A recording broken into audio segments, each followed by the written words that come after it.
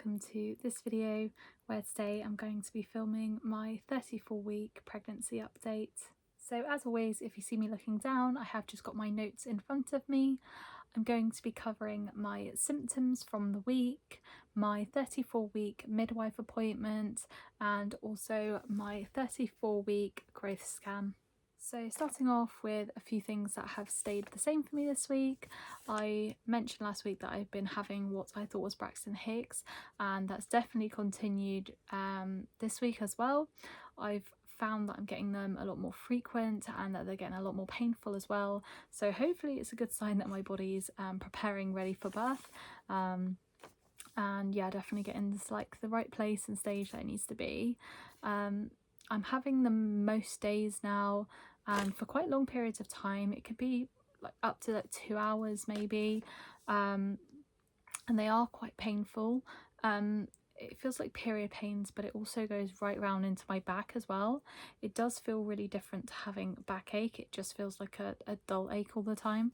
I tend to find that I get them a lot when I'm lying down in bed, when I'm sitting down, and sometimes just getting up will help break that cycle and not make it so painful. I am beginning to feel that the baby is really pushing down now. Sometimes when I'm walking or stepping somewhere, I can feel the baby pushing with like each step. I'm also getting like a lot of shooting pains with that as well. Nothing to be concerned about, but I can feel it's like the head pushing down. Definitely still feel like the bump's really low, that it's dropped quite low down. That's been the same for a few weeks now. But I think with the baby getting heavier, the weight is really pulling down as well now. I have still been getting backache alongside the period like pain backache that I've been having. This tends to come if I've had like a busier day or just towards the end of the day when I'm starting to get a bit more tired and wanting to lie down. I have had a little bit of acne again this week. I don't know whether my hormones are changing again, but I've noticed my skin has been a little bit worse than it has been in more recent weeks. And also heartburn. I haven't had it very bad actually the last couple of weeks or so, but there was a day where I felt like I was a little bit like acidy and heartburn. I didn't have any Rennies because I didn't end up taking any out with me that day, and I was okay. I wasn't sick or anything. I didn't feel like I was going to be sick. I just did feel really heartburny, but that did go and I didn't have it through the night or anything like that, which was good.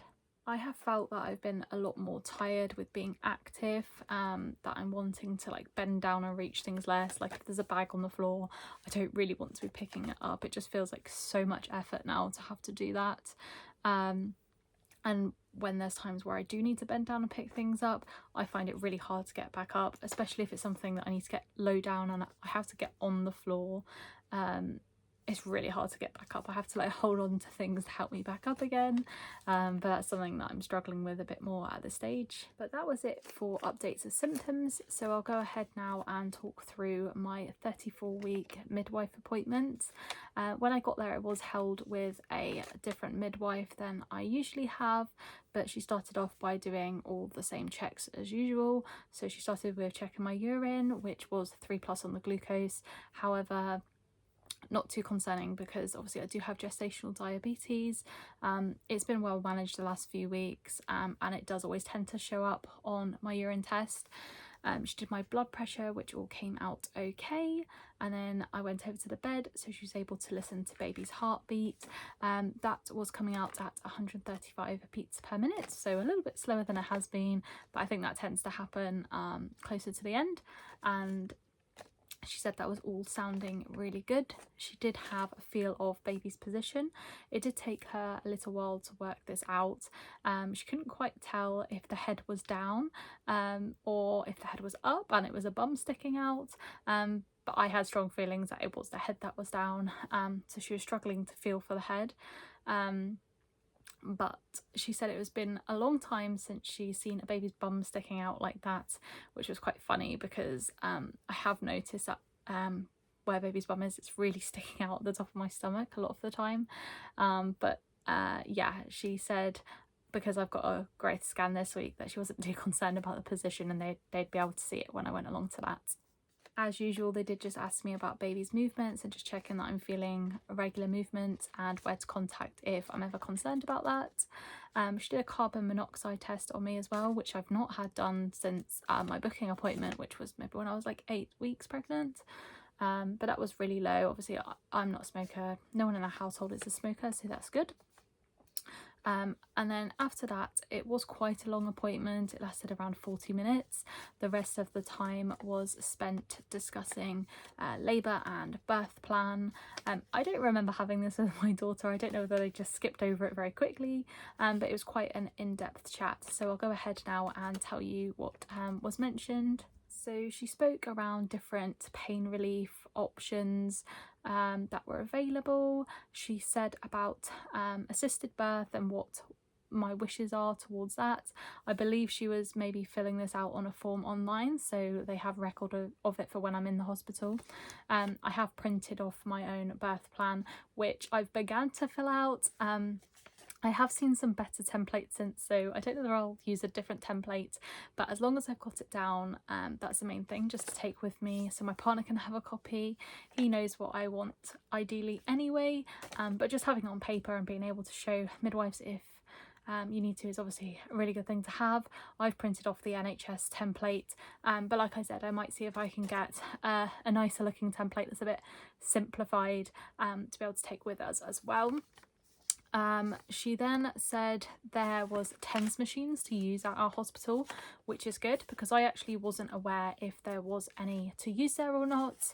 I did ask about a birthing ball just because I have one now. I didn't really use it in my first pregnancy, but I find them quite comfortable to sit on actually. Sometimes when I'm lying in bed or sitting up, I can get quite uncomfortable.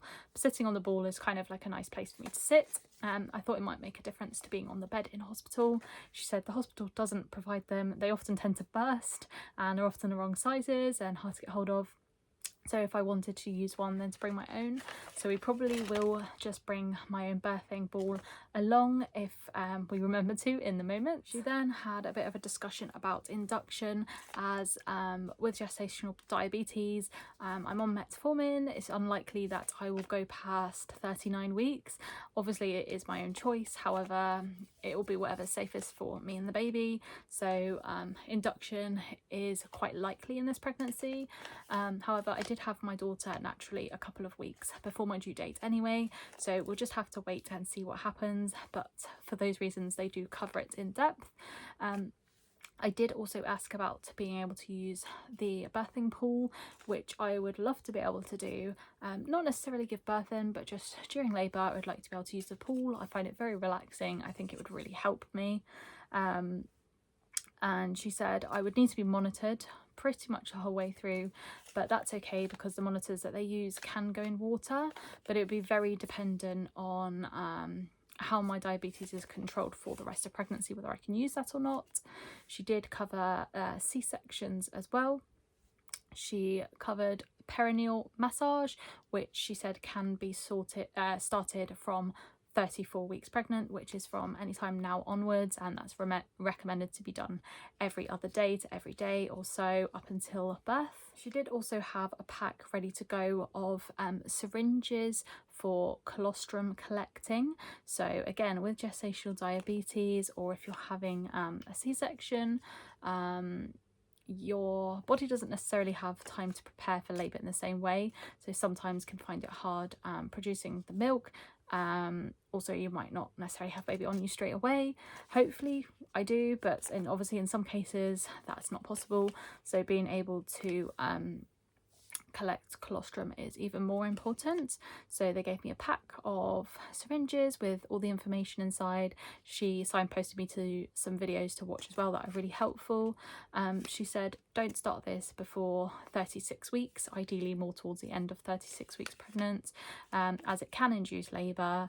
So she said after that time give it a go and keep some ready to bring in hospital, which is something I was going to ask about at this appointment anyway. I did also ask, with having gestational diabetes, did I need to contact the hospital any sooner, as I know I'll need monitoring through labour, but she said kind of no, if you think you're in labour then you'd be contacting the hospital anyway.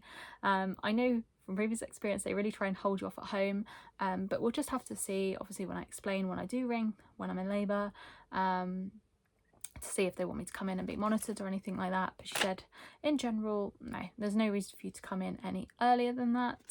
But yeah, that was kind of everything that was covered at my 34-week midwife appointment. During the week, I did actually have a phone call from the health visitor as well, as they wanted to book an antenatal home visit. So originally they tried to book it in a couple of weeks time, however I'm working on that day, and they only really work Monday to Friday and I work Monday to Friday, so that wasn't really going to work. So I booked it for when I go on maternity leave. It's literally like my first normal day of maternity leave, so I've got the health visitor coming over when I am 38 weeks pregnant. Hopefully I haven't had baby by then, but we'll just have to wait and see. I am in the middle of moving house at the minute as well, so we will have just moved in by then. So yeah, we'll just see what they cover at that appointment. As with my first pregnancy, they didn't do an antenatal visit, they just visit post-birth. However, I believe this is like a newer thing that's been brought in here.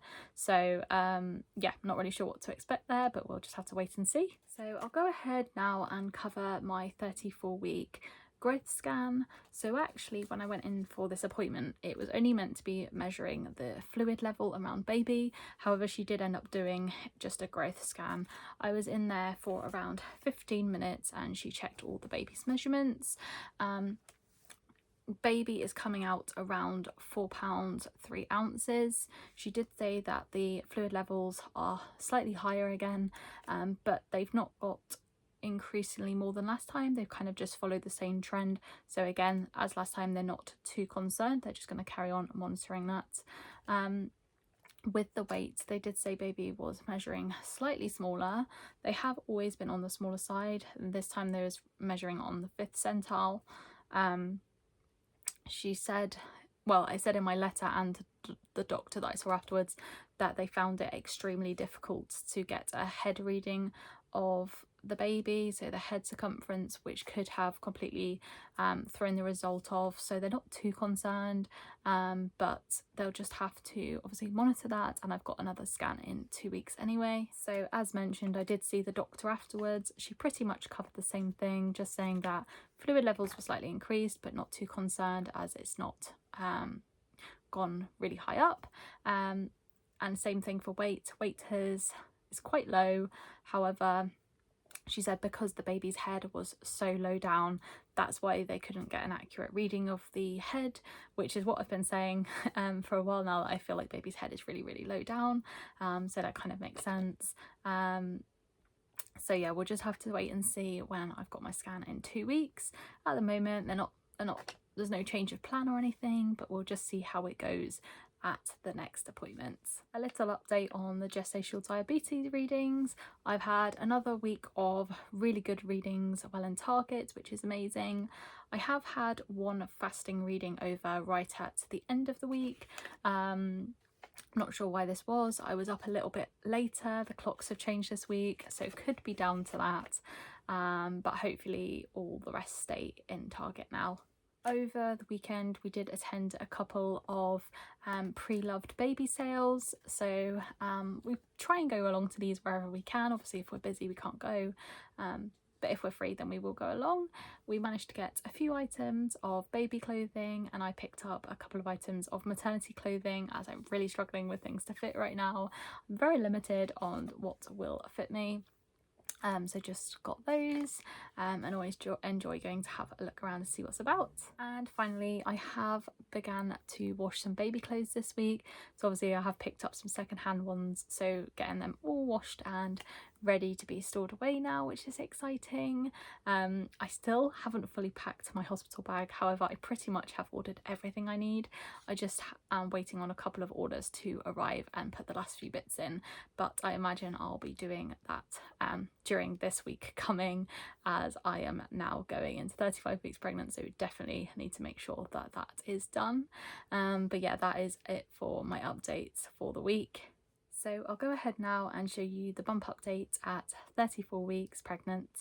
So this is the bump update at 34 weeks and 6 days. So that's everything for my 34-week pregnancy update. Thank you so much for watching, and I'll see you again next week. Goodbye.